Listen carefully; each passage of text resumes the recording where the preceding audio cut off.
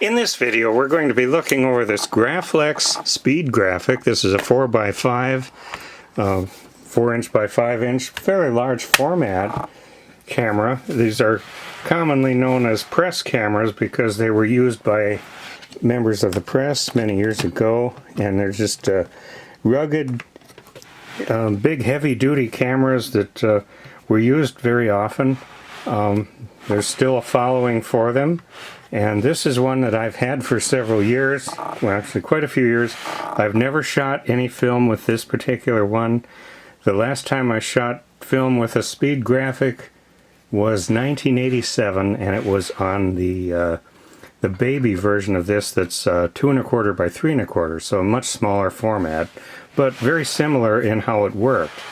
And so I thought what I'd do here is just go through at least what I remember about how these work, and we'll just talk about that and try some things.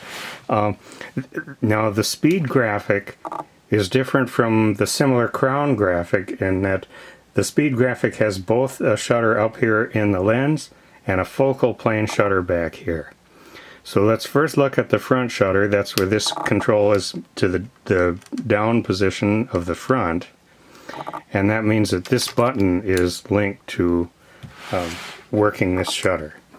So we can also trip it by just hitting right here. Now it's set for a 400th of a second. You have to cock the shutter for every actuation. That looked and sounded about right. Now we're going to turn this down to a 200th, right there, and that looked reasonably good. Here's that 1/100th and 1/50th. You can notice they're getting longer exposure times here. Here's that 1/125th, and then 1/10th.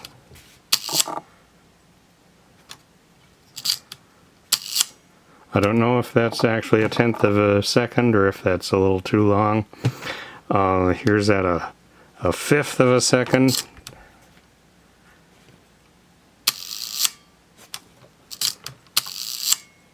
Might be just a little bit sluggish. Yeah, 1/2 a second. Seems like a little longer than 1/2 a second. And 1 full second.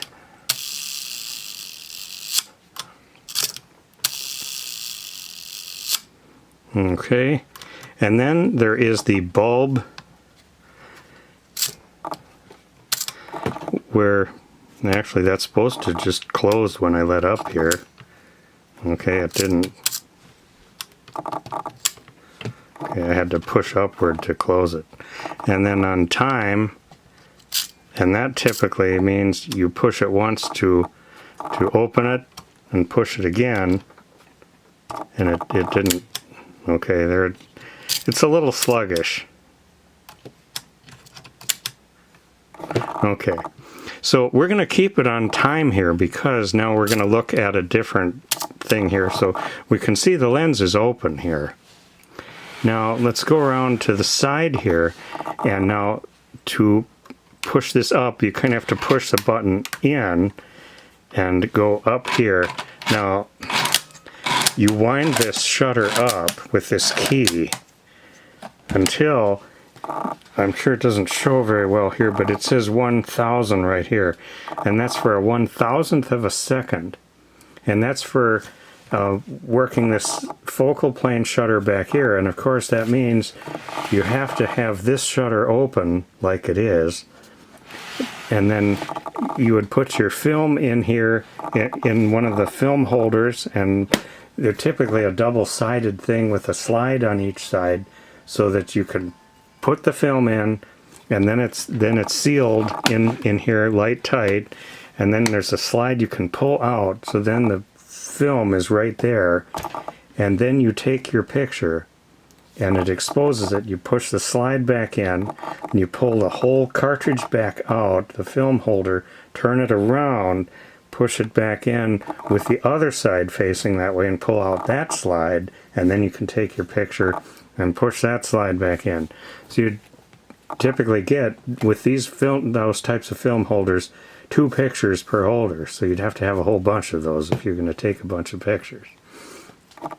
But getting back to this focal plane shutter now, with the front lens open, now when we actuate the back focal plane shutter, that would expose the film that's right behind here. And we can do that by just pushing this button, which when you're holding the camera, you can just get that with your finger. So let's watch. About all you're going to be able to see on the video is watch this key turn, and maybe you can see a number in there, but here we go. Okay, so that was 1/1000th of a second, and now it is set for a 250th of a second if we press it again. So you control what setting you want here by you've got a few different settings, and you get what you want in this window before you get ready to take your picture. But 250th of a second, and after that is a 50th of a second, and I think after that is where it just opens it up. And so with that now, if you want to, you can kind of play view camera with this camera.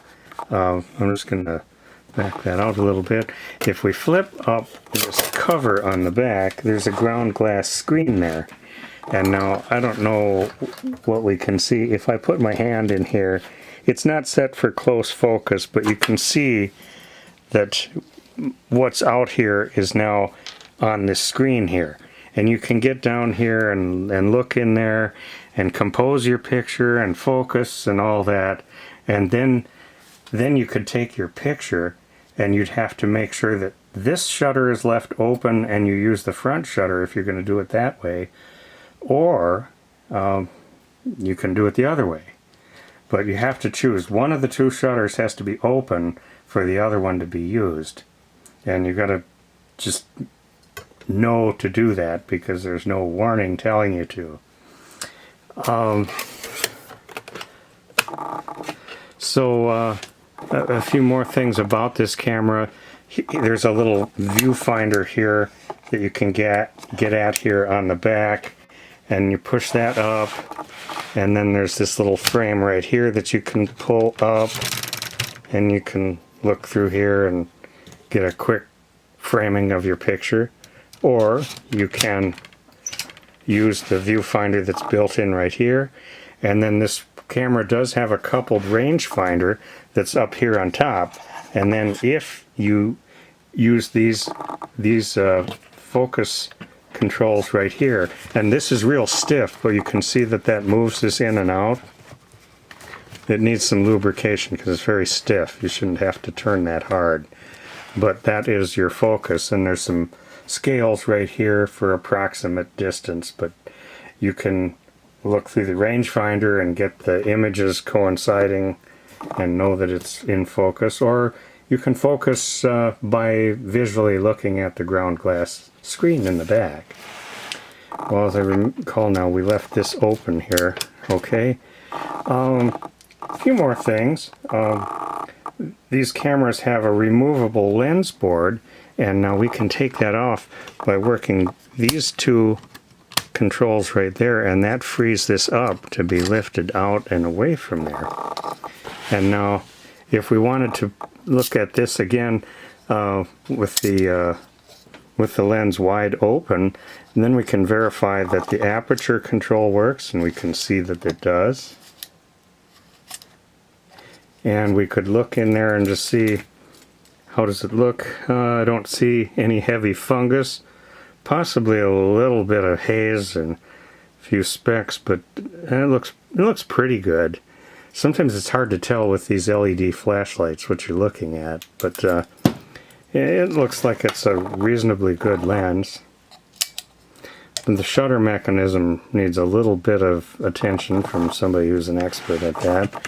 While we have this off, we can look in the back here, and you can see the bellows, and there's some place down here where we can knock these down and pull the bellows way forward and lock it against here. And I'm not sure exactly what that's for. I think it's for a lot closer up photography. But We'll just put this back in and push this one down, pull this one up. Now the lens is locked back in. It's got adjustments for moving this whole thing up and down like that. So I don't know how often you'd want to do that. Folds up by just pushing the camera back in on those rails and then folding this up. If we look at here, I'm going to tip it down just so we keep it all in the frame. On this side we have room to clip on a flash attachment and a place to plug in the cord. On the top now we just got another view of the viewfinder right here and of the rangefinder here, and it's coupled to that rack and pinion focusing.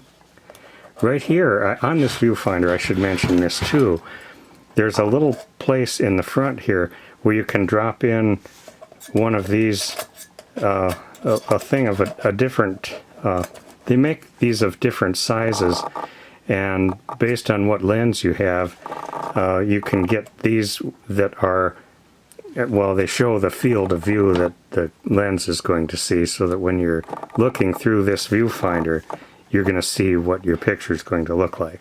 This must be the right one for the lens that's with it. And then on the back here, that's that for holding your film holder. I think actually on this model, this whole thing can be taken off. You can work these controls and pull this off, and there's other attachments that can go on there. This one you can see it's been banged around a bit. It's certainly been used. Strap on this side, probably just a little more support when you're taking pictures. And then on the back, on the bottom, we have a tripod socket. And not a lot of wear around that. I don't know if it was used on a tripod very often or if it was typically handheld.